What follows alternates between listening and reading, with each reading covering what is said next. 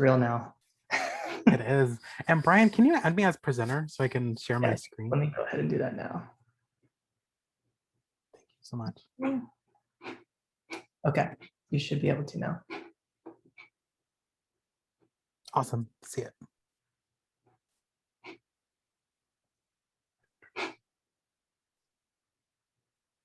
Oh, wait, I thought it was here. Live transcript programs. Did I give you too much access? There's a lot of access, but oh, there it is. Yep, came back. There it is. Share screen right in the middle. Okay, cool.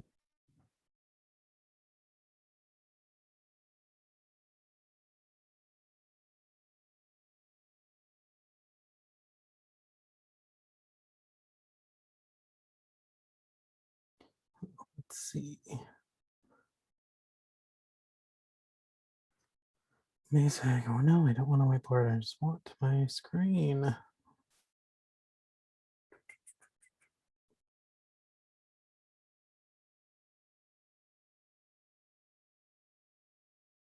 One second. I don't know why it keeps like wanting me to do this whiteboard thing.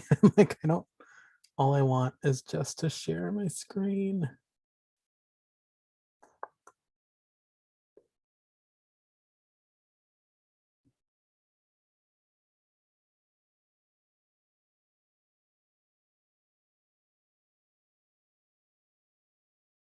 I wonder if it's like, of course I'm using my like work laptop and I have like probably a million settings that feed sharing. All I want to do.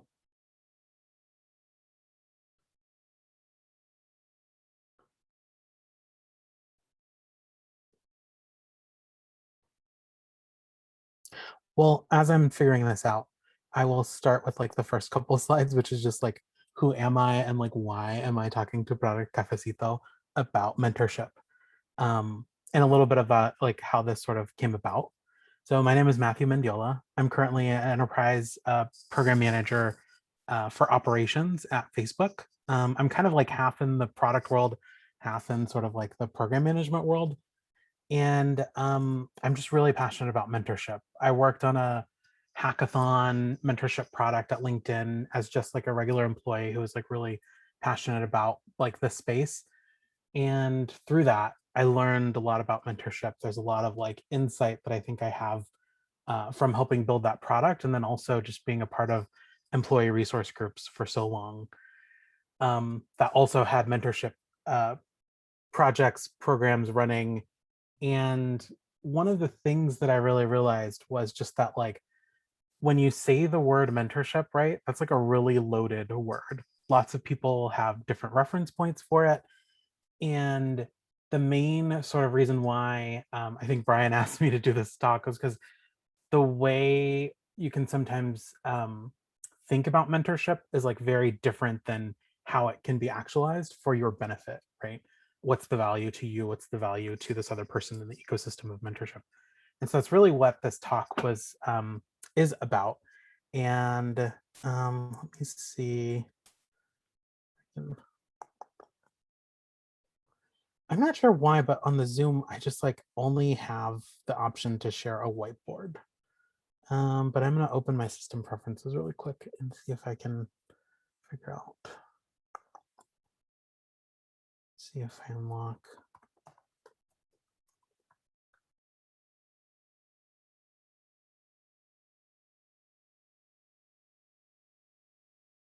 No, I don't want to quit. I might need to. Let's try one more time.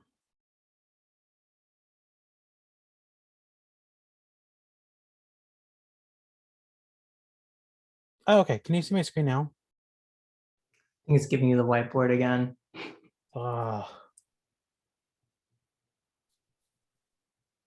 Let's try just doing the tab of Chrome instead of, okay, that worked. Great. Not sharing a whole screen, sharing Chrome. That works enough. Cool. Sorry about that. That's just a little bit about me. And again, because mentorship is such a loaded thing, this deck is like loaded with information and not meant to be like something that I'm going to be referencing a lot during this presentation. It's loaded with information because it's meant as a reference guide for at some point later. So keep that in mind. I'm not going to go through, I'm not going to read off slides. It's like generally as a PM and program manager, like that's never how I operate. Always trying to give you kind of like the why behind the why. And also make sure that we're all aligned on what's the insight. Oh, sorry. I've been talking a lot this morning. As I mentioned, tons and tons of people, like if you did a survey for 1,000 people and asked them like what does mentorship mean, you're going to get a lot of different answers. There's a wide variety of experiences and expectations, and not only that, like a lot of people conflate a lot of relationships into mentorship. And so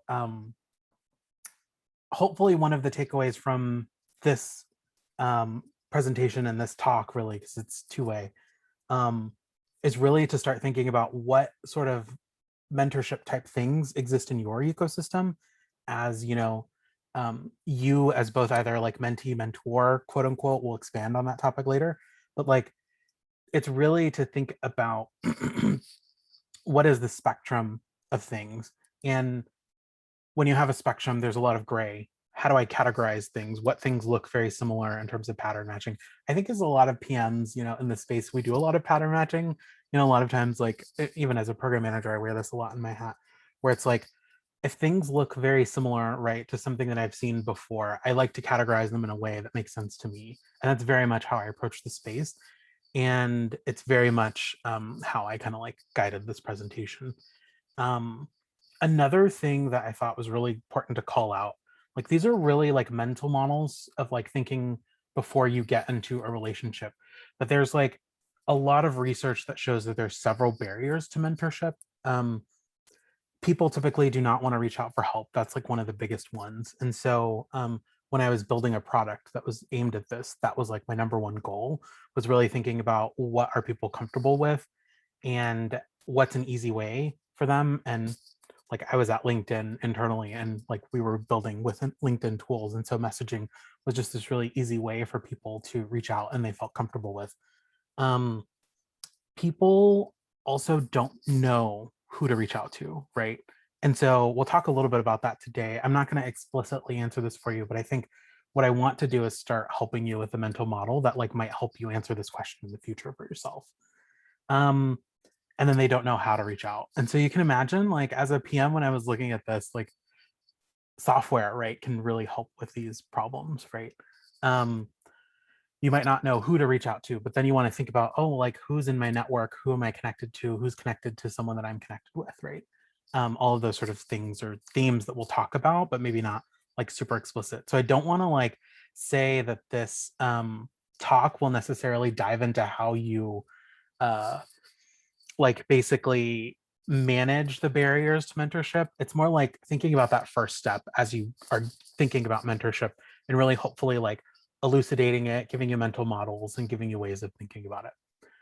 But as a sidebar, I'm always happy to talk about this since I'm super passionate about mentorship in general. I think the first thing that you have to do, like I always do this whenever I'm doing problem definition as a PM or program manager, like you'll be with 5 different people and you all aren't speaking the same language, right? I think that's like the first thing in mentorship that you really have to do, which is really just realize this mentorship thing ecosystem is pretty vast. And really, when I talk about mentorship, it's a very specific thing for me. And what that looks like for another person might not, right? And so that's why this slide, I think, is like the biggest sort of aha moment I had throughout like discovery, and also just like speaking to tons and tons of people about mentorship. I've probably like done at least 25, UER equivalent kind of like asking people about like mentorship, like very interested in like what keeps a mentorship, relationship going. But it was just that realization that like people aren't separating out mentorship as they should. And like maybe it's not even necessary. Maybe you have an advisor and like they also consider themselves a mentor, but like for the purposes of you, for you defining your value and you defining the time, it's really helpful to, in your mind, think about, oh, the stuff that I get from this person is advice, right? It's actually guidance on something specific and it's something now, right? Maybe I was recently at this, a couple months ago where I was like literally reaching out to someone because I needed advice on two competing job offers, right? I didn't know how to sort out like good offer versus not. They were both program manager positions. One was slightly more technical at a different company of a different size, and the other one was technically non-technical, but had a kind of a technical aspect of it, quasi-technical, I guess I would call it. And I just needed advice like, are these great offers? They're really comparable. Here's the benefits. And so I was reaching out to someone to seek something very specific, aka, does this match, does this job offer match like your expectations of salary, and does it match expectations of role, right? And those are very specific things, and they were timely. And so that's like how I categorized advice. At other points in your career, you might need coaching, right? You might need general or specific guidance, and it's towards goals, right? And it could be short term, long term, medium term. You're not sure what term, but that's like a different sort of thing than advice, in a way that like advice is really talking about something ephemeral, and like coaching could be ephemeral, but like the value is going to be slightly different or slightly off, right? I need advice now on this job offer, but like maybe I need coaching about like where I need long-term income strategy, right? For like my side business, my side hustle, something that I'm not like very good at. And it's not going to be typically like a one time or a two time thing, right? Like I need coaching on like how I'm like running this business. I need coaching on like financial information, like stuff that like I um need to align goals around. That's the way I think of and kind of like placed coaching here. And it's really important, I think, sometimes to even separate the goal setting outside of mentorship, because like it might be something very specific that you need to align on with someone who doesn't necessarily have to have like expertise in the area. Um, an example, like we'll get to it in a future slide, but like there's like a whole entire ecosystem and market for coaching. Like you can pay coaches, they're like super expensive. Sometimes if you're part of an employee resource group or you're in a company that's like really big, they'll do coaching sort of programs through like Better Up and different institutions. And I would say like take advantage of those, because like if you want to align on goals, I think that's like one of the most important aspects of coaching for anyone. It's just really like goal setting, really thinking about what you need, and like not necessarily needing a subject matter expert, but like needing something in a sort of space that looks different than just simple advice, or maybe the next one, which is mentorship. Mentorship for me, I get really specific of how I define it. I want it to be regularly scheduled. I want it to generally be on topic for like what I need at that time for a mentor. And like there's also a very specific kind of connection that I have with a mentor. When I was doing research for a product, like it came up so frequently. I don't know how many times. It was definitely the majority, over 5 out of 10 respondents, where like they would often mention like a spark, a connection, something that went deeper than just a traditional relationship. And I think that's really important for separating out coaching and sponsorship and advice from mentorship, is really this idea that you want something regularly intervaled. You want it to be something related to you that's like very close to you for what you're trying to do. Maybe it's that you need a mentor in a specific area of software engineering, and you know that this needs to exist for a period of time, right? You need technical advice, and not only that, but like you're trying to build a relationship and connective tissue that's going to last through some period of time that's like undefined, but like you know that like you're going to be in that space in the future, right? And so that connection is really important to you. um, that's what I kind of key in on for mentorship. There's two-way connective tissue, right? And it's regularly scheduled. So it's not like advice where, hey, I'm only reaching out to Pablo, my friend, to talk about um, like salary and role expectations and things like that. mentorship, like that would happen over a longer period of time and kind of be like a little bit more of a journey, right? Maybe you know that you have a project over a half, right? A half year, and you're also trying to do career progression towards being, a manager. You're going from individual contributor to manager. That I could see that being like a really prime reason of trying to find a mentor, right? Because you're going to be in that space. You want specific subject matter expertise. You want to be regularly meeting with someone, regardless of whether or not they stay at your company, right? Like you're going to follow that connection to wherever that person goes to that next company. And that's kind of like how I think about mentorship and like try and be very specific about it in terms of the timing, in terms of like connection, connective tissue, and then what specifically could be a little bit more general, but like what you want it to map out to in the future. And then I also map out sponsorship as something separate. You need help with something maybe very specific. Maybe it could be general, but like generally it's something that you already know you want to happen, right? And a sponsor, aka through sponsorship, really is thinking about like how can that person help you leverage that specific goal or action. An example of a sponsor in my career, someone who was basically, I knew this person was going to be like hiring, right? Like one, they controlled resources, they were director level, and I knew that they basically like had a connection into like the finance world to um, basically affect headcount, right? And they weren't in my direct line, my like direct department, but were in the larger organization. And so that was a great person to leverage something very specific, aka a job opportunity, that wasn't like in a direct conflict of interest and would have aligned with my career path. But like I also wasn't necessarily needing advice, right? Like it was more like I needed the opportunity, right? And so that was the way I thought about that relationship and connection, right? There was a lot of value that that person could provide, right, to me if I had the opportunity, and kind of going in reverse, right? Like if I were to get that job, like I thought I could kill it, right? That was the way I sold myself to sort of like that person to help with sponsorship. Because at the end of the day, there was like a very specific thing I wanted, which was an opportunity to do something. And so like I put that in that bucket of sponsorship because it's like a very particular thing, right? Like you could maybe see a sponsor being similar to an advisor, like giving you help in a very specific thing. But the important thing is there's like an ask tied to it. There's something else that's tied to it that is very specific in nature, very potentially goal oriented.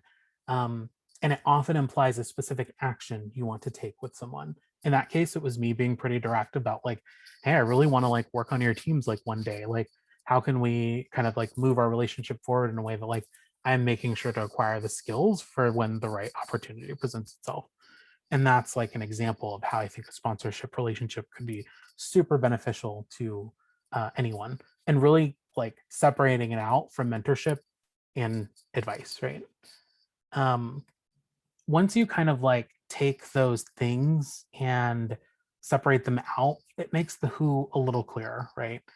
And this is why I said I like wasn't going to dive into the barriers of mentorship, but I think one of the biggest things is that, like people don't categorize people by like this, right? Because if you need advice, you go to an advisor. If you need coaching, you go to a coach. If you need a mentor and you need that relationship to have some connective tissue, right? And you want to have more of a two-way conversation, you're going to be looking for a mentor. And the language that I use is going to be mentor, right? And then sponsor, right? You're really going to want to align early conversations around like what is the value and like what are the things that they can do to help you, right? And then you're always going to want to in reverse try and think about what's valuable to them. And so we've kind of already talked about these topics, but literally just changing them from what the separated sort of thing in the ecosystem is to the person that you want to then name. That's really all this is. And the exercise, I think, for me, this has been like the biggest aha moment, right? Because I constantly would talk about someone as a mentor, not realizing like we didn't meet regularly, right? I didn't know what my journey sort of thing was. And it was a very weak relationship. Like I wasn't putting enough into it to really call that person a mentor, right? That person was really an advisor. And that person, like once I had that sort of aha, like, oh, it was really that realization, like, oh, they're also not, they're in my field, right? But they're also not like pushing it as well, right? Like on the other end of it, there wasn't as big of a connective tissue as well, and that's like totally okay, right? Because like we continue to answer each other's questions, we continue to provide value to each other, but it's like really important that we realize we're both time constrained, and for whatever reason, like there isn't as deep of a connective tissue. I'm really only bucketing that relationship into advisor advisee. And sometimes it can work both ways, right? Like there might be a reason why you're a subject matter expert in something that someone wants to come to you. So always keep that door open. But basically, like we're just transforming those ideas and separating them out. So it just makes it a little bit clearer. I think the only other thing to call out is just like think about the value. I would say that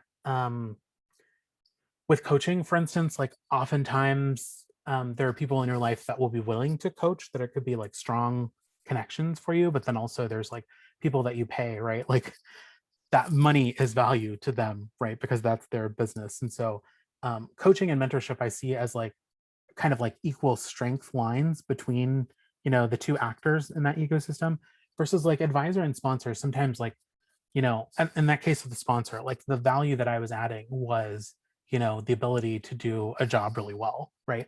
But like that value only meant so much. That person was in a position to hire very qualified individuals.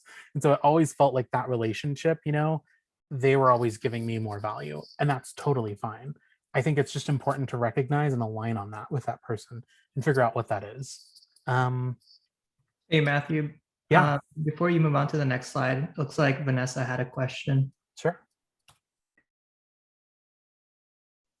Hi, Matthew. I had a question around sponsorships because that's the one where you're trying to ask for something for yourself.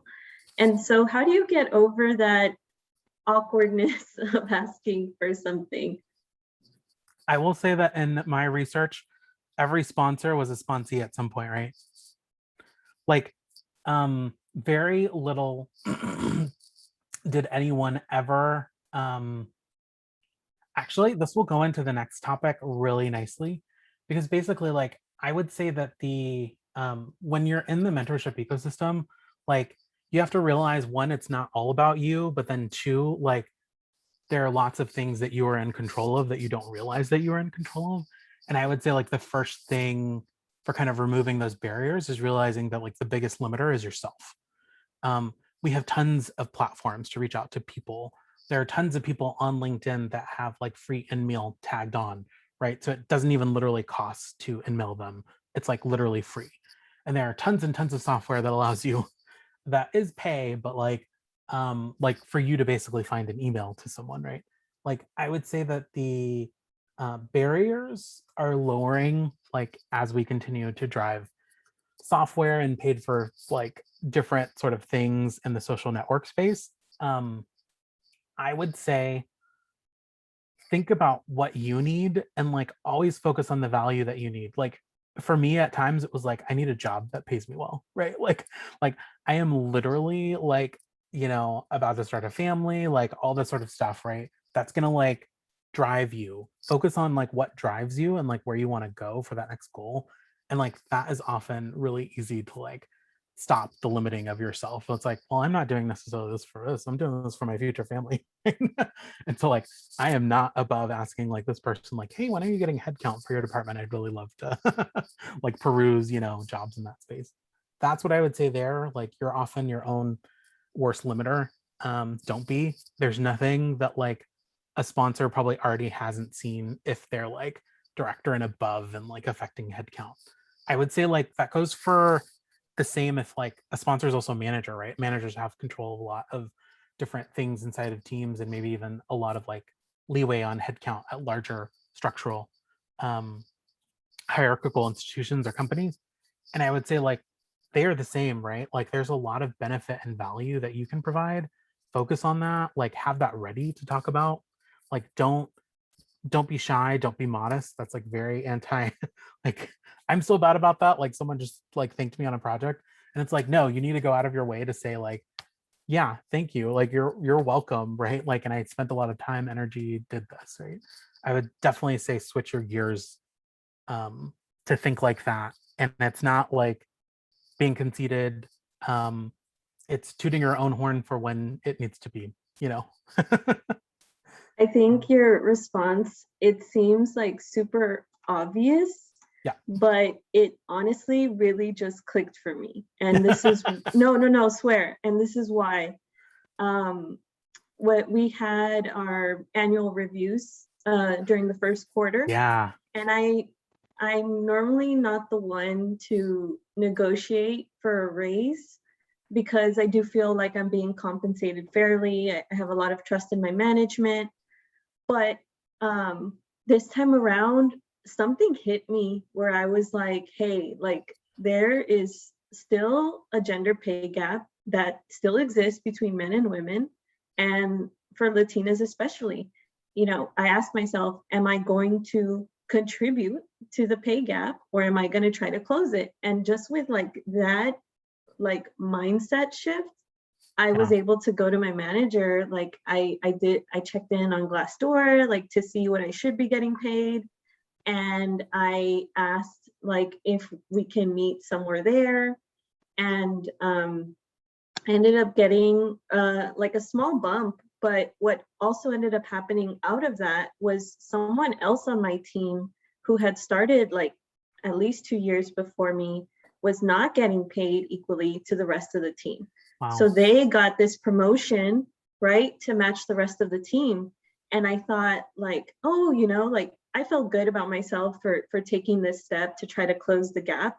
But I felt good that I was also able to help out someone. They're never going to know it was me, but Yeah. you know, it was good to know that that happened. And I think like to your point, right, like find something that drives you so you can get past that hurdle. Sometimes it's hard to find that something or make that something yourself. But if it helps you, like it helps me, putting it into a community perspective, like Yes. you're doing this for the community, right? For La Raza. It kind of helps you like get over that hurdle. So yes, thank you. Love it. Yeah. Especially we come from like a collectivist culture, right? Like we often do things as part of a community. I often focus on that too. Like as part of ERG programs, like I used to always say, right, like what's the benefit? Oh, it's not only to you, but it's like to other people in the community. Love that. Yeah. But I will say like that's been the hardest thing and I still struggle with that. It's like the part where it intersects the individual, right? When it comes down to you as like a person, it's often hard to reconcile the collective, like the cultural collectivism and like the individual. And I would say like, unfortunately, like we live in this capitalist society, like where it's like so unfortunate, right? Like when we have to do the things that we need to do to like survive and thrive. And I would say like don't ever limit yourself on anything that could make you thrive, right? Like we have to thrive, like it's our prerogative. But the other thing, this blends marvelously into social network theory, which is like where I wanted to like deviate a little, because like basically like you're also not sure, like let's say in this example, right, like a sponsor, you're also like not sure like maybe how to identify them, right? Like if we dabble in social network theory for a second, like I've worked for two companies now in social media space, and like I will just say that along your journey, right, like there's going to be tons and tons of people that you meet, weak connections, gray connections that you're like question mark, strong connections, those are people that you have deep connective tissue, maybe you've had that relationship over years. People that you have relationship over years but then they're dormant, right, like they're not active, you're not actively talking to them, but like you strike up a conversation 2 years later, they will, respond. And then you have those active connections. And then you have this journey where it's like you're still meeting people and they're unknown. You have no idea who you're going to meet, right? Especially if you transfer into different, positions, different companies, different types of work. There's going to be so many different things that happen along that journey. And I would say where I've been really lucky is one more, should be one other slide. It's like a little, let's see. Oh, there it is. Yeah. My computer is just slow today. I've been really lucky that like a lot of my sponsor, this is actually very similar to probably what mine is. Like a sponsor that I had was a really strong connection, but like super dormant. Like I would only talk to them once a year. And it was because of work, it was like a very specific project. And I was helping them out with their business. And so that I would consider that a dormant connection, right? Like it's definitely not active. We do not go out of our way to have lunch or coffee, and we should, right? Like maybe I should change that. And maybe I should change the nature of our relationship to mentor, right? But it's not. Like I can tell you that from that, like those conversations, it's not, but it's very strong, right? Like that connection is strong. So like I have less resistance to reach out to that person because that the nature of our relationship was like I did work that impacted your business. So like I can easily like reach out to you like, hey, I'm having this problem with sales right now. Like I'd really love your advice, right? Like I could also use them for advice. And they would like immediately respond and or be like, I'm on vacation for a week, but I will get you when I'm on vacation, right? That's like a really strong relationship. And you want to think about like the relationship as being really important to opportunity, right? And so like maybe someone that you're meeting for the first time or like an acquaintance or you've only known them for a few months is a very weak relationship, right? You haven't built over something over time and you haven't built deep connective tissue. They can still give you advice, right? They can still be your advisor, especially if you're starting like a new job like I am. I'm constantly on the lookout for like someone who knows more information that's very specific in nature and that can just like is very respondent. Um, so like think about that and all the sort of relationships that you're trying to acquire, including a coach, right? Like because you might be paying a coach, right? Does that coach have, if you need very specific subject matter, does that coach have a reputation? Are they a connection to a connection, right? Like think about that throughout that journey. And that's really all it is. It's really just applying, you know, these ideas of like what specific thing can a relationship entail, and then how do I like align on some other things through social network theory about like what the other aspects of the relationship entail, including like their connection to me. That could then, you know, dictate strong, weak, question mark. A lot of times I have a lot of relationships where I'm like, question mark, don't know where you're going to be at on my journey. But I hope, you know, we build strong connective tissue and eventually become a strong connection. And I tend to think about it like that. And so I've been lucky that like a lot of sponsors have been very strong. But I, you know, like don't, there's a ton of opportunity in weak connections. Like if I ever had an aha moment working at social media companies, it was that realization that like you ping someone and someone's like super responsive because they want to help out another person. That's a super powerful thing. And don't ever forget that. There's a ton of opportunity in weak connections. Like I think that also speaks to just general human nature where I'd like to believe that like people are inherently, you know, doing things for a lot of good. And where like if you're asking for assistance, help, resources, or something like that, that like people aren't just going to ignore the conversation, especially if they work in the same company as you or you're I don't talk about it as much, but those barriers again, like thinking about like what value you can provide to them, I think you'll be in a better place. So just kind of like putting it all together, like I really think that it wasn't until I helped define mentorship and focus the relationship by the priority for what I was looking for that I got like the right value from those. And hopefully I don't sound like too transactional. Like I'm not trying to say like you need to get something from someone, but it's just like the nature of a relationship as it happens over time, right? Just really think about that and be intentional, I think is the right word that I'm looking for. And then yeah, think about your network as an ecosystem, right? There's just a ton of ambiguity in that. And like hopefully there's mental models about like separating them out and like thinking about the nature of the relationship kind of help you pattern match against like what you need.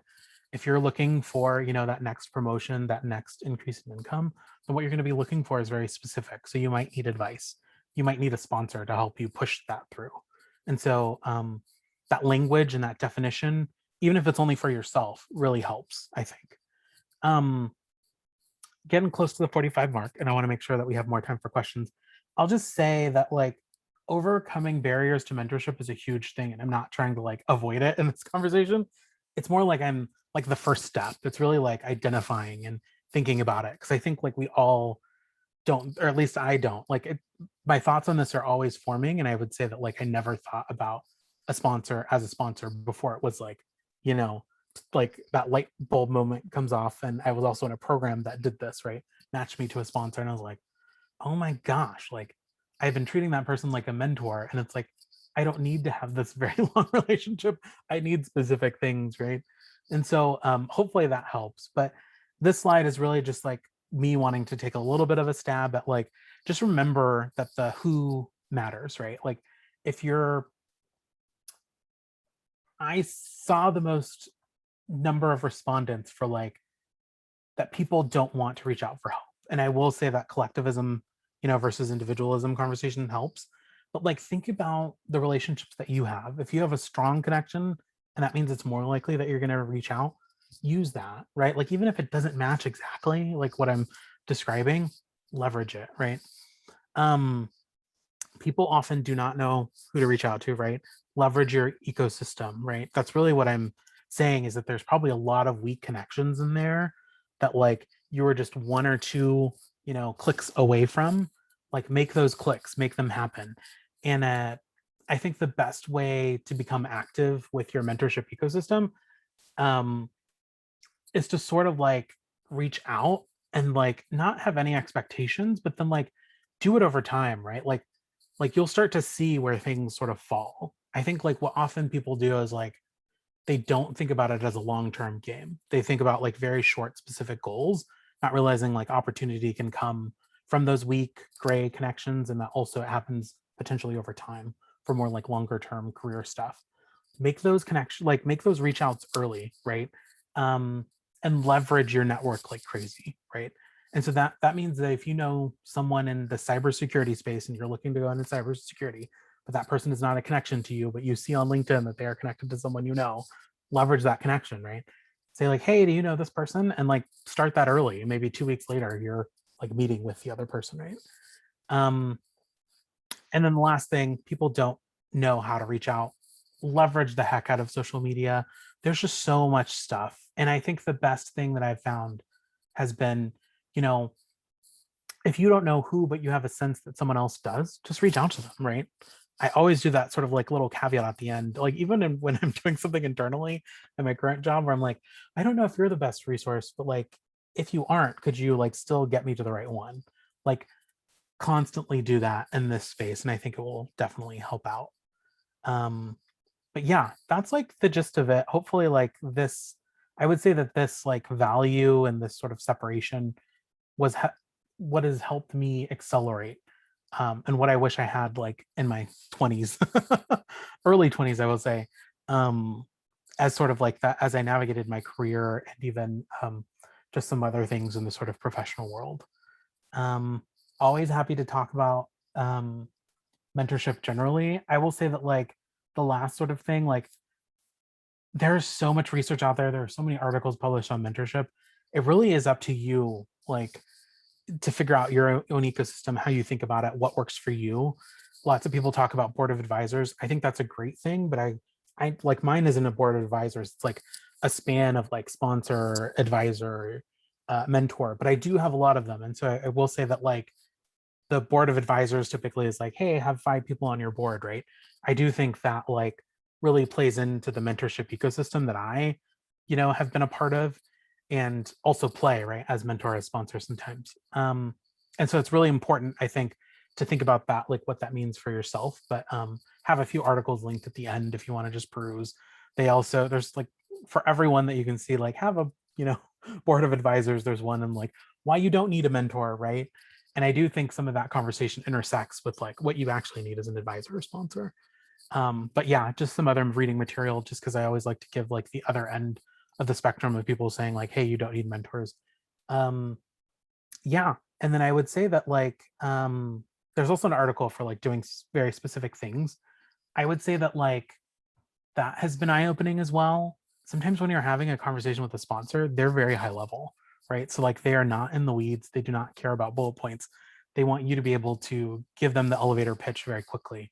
And so it's really about like how you sense it, how you perceive it, how you want that relationship to be, and whether or not that's like a person you want to work for or like work with, I should say, as part of like a relationship. And I would say that there are very specific things that you can do in each of those realms, right? When you are in a mentor relationship that's like very connected, very deep and connective tissue, and sometimes you don't need to have that sort of like I should say like the actions that you have to take specifically if you want to get something done, right? It can look very different from advisor to coach to mentor to sponsor. And so that's the only thing I would just, happy to share that link to that, because I do think that sometimes like anything that you can do to sort of make the relationship easier, you should do for yourself, right? If that means that you drive the calendar invites because you're going to get the most value, do that. And instead of it being like passively known, make it actively known, like, hey, thank you so much for helping me. I'll drive the calendar invites, right? Like take that ownership, take that initiative to sort of drive it if you're in the sort of like space that you're going to get more value from it, right? And be intentional about it is what I would say has often worked the best for me. But again, everyone's going to have a different experience and different sort of thing in this whole thing. And hopefully from now on, you'll think a little bit more about like it as an ecosystem and just being sort of vast and expansive, and work within it and kind of define it for yourself to figure out like, what are the things that I need for me, for my family, for, whatever goals I have in mind, and then go from there. Question time. Who has questions? Oh, I think there's some in the chat.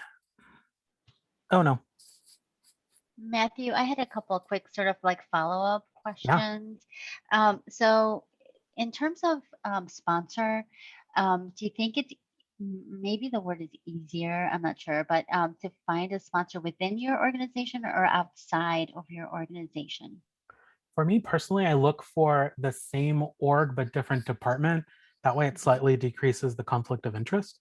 So, but I'm at really, or I've been at really high, like really large institutions, right? So that's like manager, senior manager, director, senior director, VP, and then like that's the broader organization, right? And so I'm like very low, reporting often to like a senior manager, right? Right. I would say like I've found a really nice sweet spot between in the same organization but different department, because oftentimes like being that big there isn't a conflict of interest. I would say if Yeah. you're in a smaller organization, maybe your organization isn't 300 people, it's 20, 30, I would Mhm. probably suggest like looking outside, because I think like at that level of hierarchy sometimes it could be easier to have conflicts. Yeah. All that to say, like I have also seen like I was at very large institution, I still saw people within the same department do leverage a sponsor. Oh, wow. Yeah, it was really interesting. I was part of a like matching committee, and like I remember that like in the financial services, when we were trying to match employee resource groups to sponsors in that world, they were very or at least like my experience was like interacting with those senior director and above community, they were very particular about not having someone who fell within their direct chain. But then Mhm. like for other organizations like engineering, product, even some ops organizations, it wasn't as conflict oriented. And so Right. I would say like the best way to probably assess that is kind of like have some conversations with some senior leaders, see what they think, right? That'd Yeah. be- And I would say just a super quick follow-up. I don't want to. I know there's probably other questions, but just so you do actually use the sponsor word when you reach out to the individual. I did hear you say though that you kind of give them the option, like, hey, if you're not the person, can you guide me to someone? But so do you actually say, something to the effect of, would you consider sponsoring me? And here's the reasons why. I would, so if you don't know, it's not, what's the relationship that you have to that person? Are they weak or strong? Let's define it. Because if they're weak, I think you need to build a little bit of something, to be able to, if you want to generally ask for something, I think one, you need a little bit of more than just an acquaintance sort of like thing. I'd want a few conversations that ran a little bit deep, but I'm not afraid to ask by the third, conversation. So I think it depends how you define that relationship for yourself. And then two, think about whether or not that person is the right person, right? Like, because I think Yeah. if you're asking the question like, can you push me to someone else, then that person for a sponsor might not be the best. Like maybe you think about the relationship as, well, I still need advice in this space, right? And so maybe I want them as an advisor, and then I'm going to actively transition them to sponsor. But like Mhm. the language that I would use would match my relationship and like what I know about them. So if I'm unsure, I wouldn't use I would probably code the language a little bit more for advice and treat them as an advisor, and then think like, okay, in a month or two, can I actually ask this person for like something a little bit more heavy, right? That's the Yeah. way I think about it. I hope that helps. It's kind of like Yeah, a no, that non. was super helpful. Thank you Okay. so much. There's a question.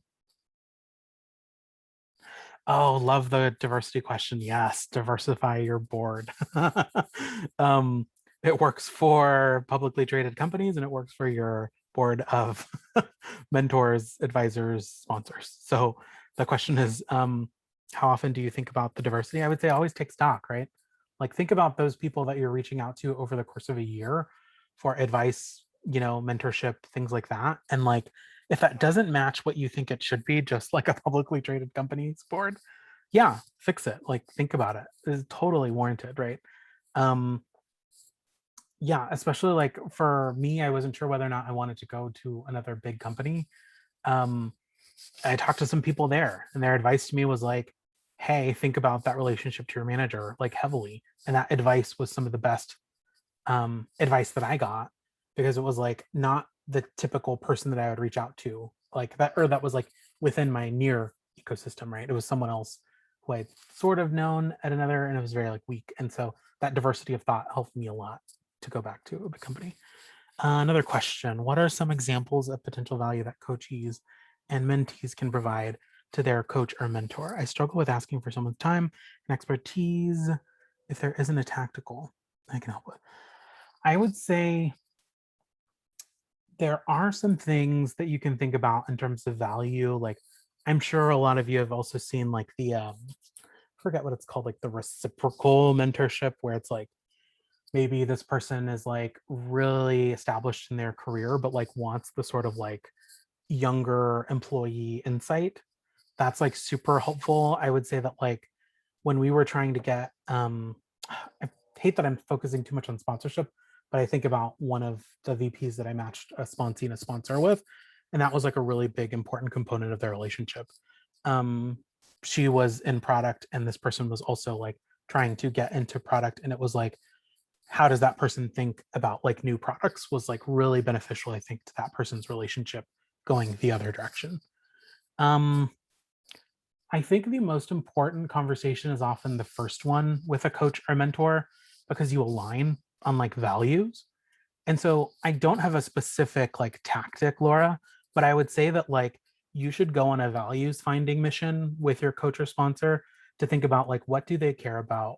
Why are they even entertaining the conversation with me if like they're a weak connection? If they're strong, I usually know, right? It's like a relationship that you built over time. But if they're weak, there's some reason why they respond to you. I would say that like go on a values finding mission, see what really drives them, think about the value that you can provide there. Because even if it's like one thing, right? Like in the case of this sponsor relationship, it's like, what kind of insight can this person give me as like a millennial? And like, I'm no longer a millennial, right? On products specifically. That's like hugely impactful to the way that they're thinking about their products and their business, right? Because they're hiring like crazy millennials. So like never underestimate like what the value is, but like you can go on that fact finding discovery mission on your own with them. Think about what values matter to them and why they're even engaging in the conversation. Leverage that is what I would recommend. I don't know what that is. Coaches, it's tough because a lot of times, like I have a coach, it's paid for, and it's like that relationship. I'm always figuring out what's the value that I get because it's monetary, right? I don't know, like at some point that could change, right? The nice thing about mentorship is that that's often like deeper connective tissue, and you have a relationship. There's usually something about that that keeps that going regularly, or I would say drive that. I would say again, like think about that person if you have a strong relationship about the values, and like think about what they need as well. Because I think we often think of them so limitedly. Like I have a lot of mentors that I would say that I'm peers with. And that sounds strange, right? Like normally that shouldn't be the case, but I think that really does, like when you think about that journey being just like this weird windy road, right? It actually makes a little bit of sense. And I would say don't ever underestimate even like the value that we think another person could get, even for strong relationships, because people are changing. You're changing the nature of the relationship over time. People are constantly changing. People are meeting new people, going inside of relationships, changing, then changing careers. Like it's all this massive ecosystem. I would say the best advice I could give: align on the values. Go from there. I have another question if nobody else did. When you're reaching out to people, kind of, this is like on the who, like who to reach out to, do you kind of have like a standard deviation for like plus minus from your job position? Like if you're trying to get like a regular PM job at Facebook, you shouldn't be reaching out to like Sheryl Sandberg or like, exactly. right? So like, is it like 2 levels above, below? Do you like place a limit on yourself like that, or just anybody not above like senior director or something? Oh God, yeah. I would say that like the tough thing that you have to realize, like senior manager above, which like in most hierarchical institutions, like leadership could be as low as a manager, but like often like senior leadership, they usually define like senior director, or I mean senior manager or director levels. Like that's the way it was in my career, often at these big institutions or currently. And I would say realize the higher that you go, for sure, the time is more limited, right? And I shouldn't say that it's more likely that you're going to get a rejection, right? But like, I would say just be very specific about like what you need, right? Like if the time ask is not big and you're just like looking for one-time advice, totally make that clear in your ask, right? And I wouldn't be necessarily even afraid to go up to the VP level. It's just a question of like, how do I get on their calendar? Who, like, am I good with their executive assistant to be able to get on their calendar? Those kinds of things, I don't think you should ever like limit yourself. But I will say that like, if your goal is to move into PM, right, you're probably going to be wanting to talk to, like, let's say that you're transitioning or trying to transition to a PM job.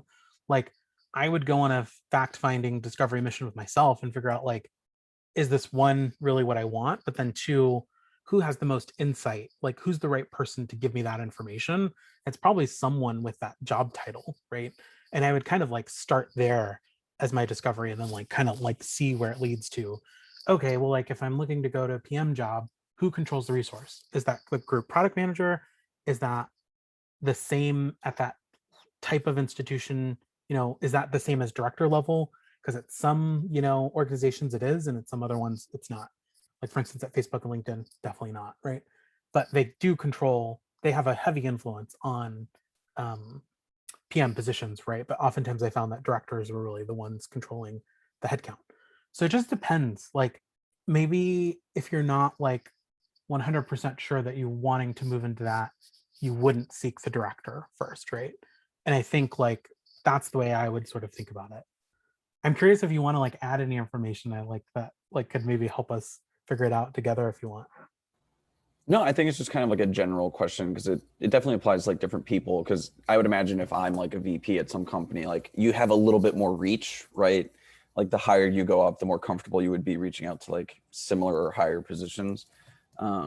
Yeah, specifically for me, I'm trying to break into product management from like biz dev and development side.